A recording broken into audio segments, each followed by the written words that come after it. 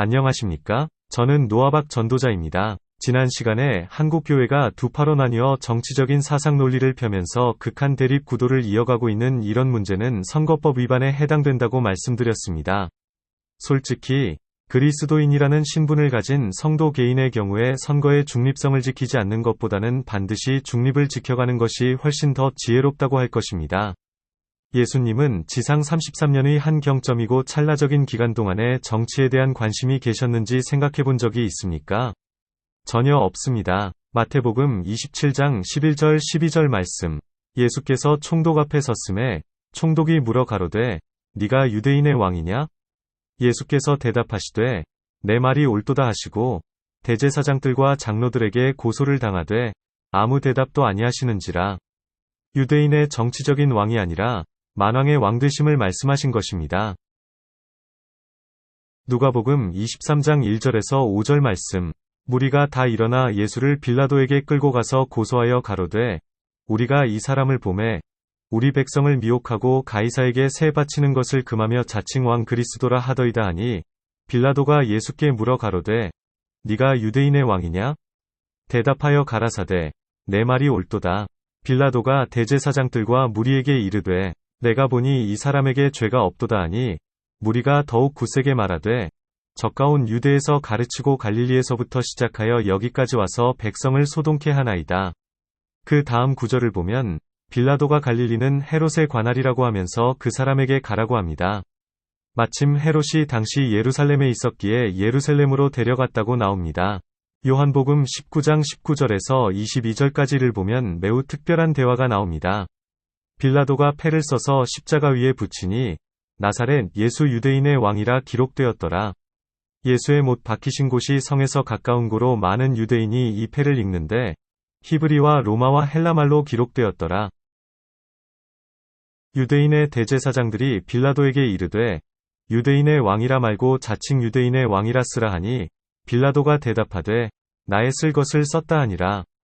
예수님만 제외한 나머지 무리들은 정치적인 관점으로 의미 부여했다는 인상을 강하게 주었습니다. 성경에 나오는 유대교의 사내드린 공회에서 예수님의 십자가 처형을 결정하는 재판이 있었고 사도들의 복음 전파를 문제 삼아서 신문했던 일도 있었는데 사내드린 공회는 종교적이고 정치적인 자치기구로서 이스라엘의 입법과 사법을 총괄하는 정책 의결기구라고 할 수 있겠습니다.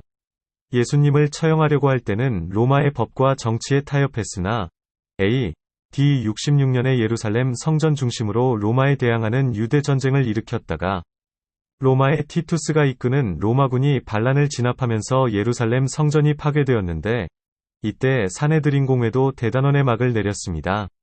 유대교 종교재판소 역할을 했던 대사내드린으로 불리우는 예루살렘 성전 중심의 사내드린 공회는 의장 1인을 포함하여 총 71인이었고 주요 도시의 사내드린은 사두개인, 제사장계 귀족, 서기관, 바리새인으로 공회원은 23인입니다. 말씀이신 예수님과 예루살렘 성전의 사내드린 공회는 대화 소통 자체가 불가능했습니다. 오직 진리이신 예수님께 적대 감정을 가지고 기회만 생기면 올가미를 뒤집어 씌워 예수님을 죽이려고 했기 때문입니다.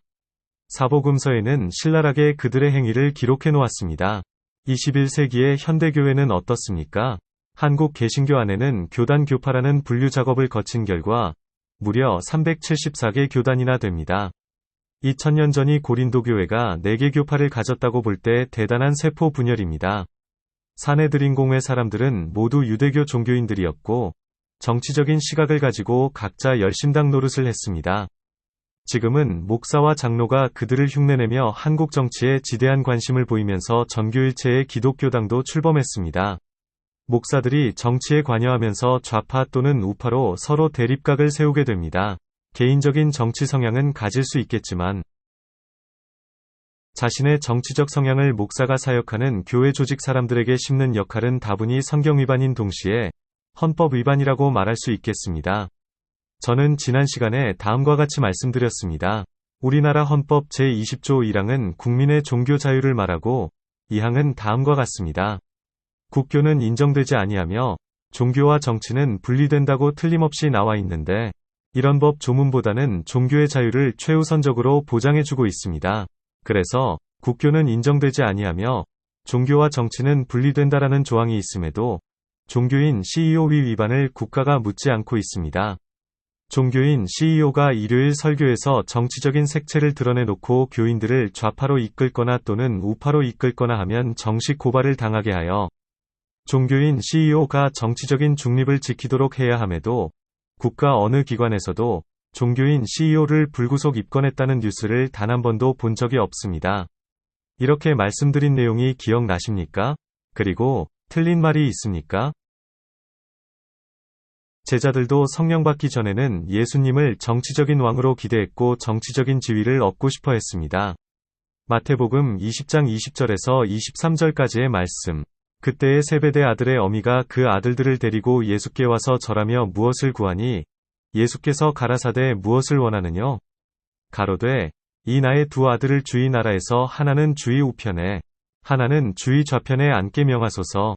예수께서 대답하여 가라사대 너희 구하는 것을 너희가 알지 못하는도다. 나의 마시려는 잔을 너희가 마실 수 있느냐? 저희가 말하되 할 수 있나이다. 가라사대 너희가 과연 내 잔을 마시려니와 내 좌우편에 앉는 것은 나의 줄 것이 아니라 내 아버지께서 누구를 위하여 예비하셨든지 그들이 얻을 것이니라. 그렇다면 예수 성령을 모셨다고 하면서 나는 좌파다, 나는 우파다라고 선동하는 목사와 장로 그룹 그리고 그들을 따라가는 집사와 성도 그룹은 두 아들의 어미나 두 아들과 다를 것이 무엇이라는 말입니까? 제가 보기에는 그 나물의 그 밥과 같아 보이는데 오늘 이 시간 메시지를 듣는 분들은 그런 생각이 들지 않느냐?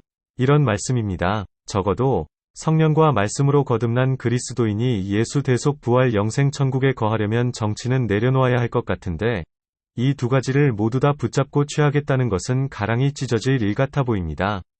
지나간 역사를 재조명하는 정치 드라마나 정치 영화 보는 것을 저도 좋아합니다. 그때의 향수라는 차원보다는 정치의 실패를 통한 교훈을 얻기 때문으로 생각합니다. 이왕 목사가 되었으면 성경에 불순물이 섞였는지 분별 잘 해내고 바르게 가르치는 성경교사 역할만 하면 됩니다. 정치는 정치인을 믿고 맡기면 되고 투표할 때 나라를 위한 정치인의 자질을 잘 살피고 사람을 결정하면 되며 그 사람의 정당을 지지하거나 사람 따로 정당 따로 평가해도 괜찮습니다. 그런데 문제는 일평생 내가 지지하는 정당을 딱 정해놓고 해당 정당에 속한 정치인만 지지하려고 하기 때문에 항상 제자리 걸음 정치인만 선호하게 되는 것입니다. 그래서 국민도 정치인들도 달라지는 것이 거의 없고 늘 같은 패거리 정치만 하게 되는 것입니다. 사람을 첫째로 보고 정당을 두 번째로 따지는 것이 올바른 정치인을 뽑는 순리가 아닐까? 라는 개인적인 생각을 합니다. 끝으로 대한민국 헌법 제20조 1항, 2항을 다시 읽겠습니다. 1항, 모든 국민은 종교의 자유를 가진다. 2항, 국교는 인정되지 아니하며 종교와 정치는 분리된다.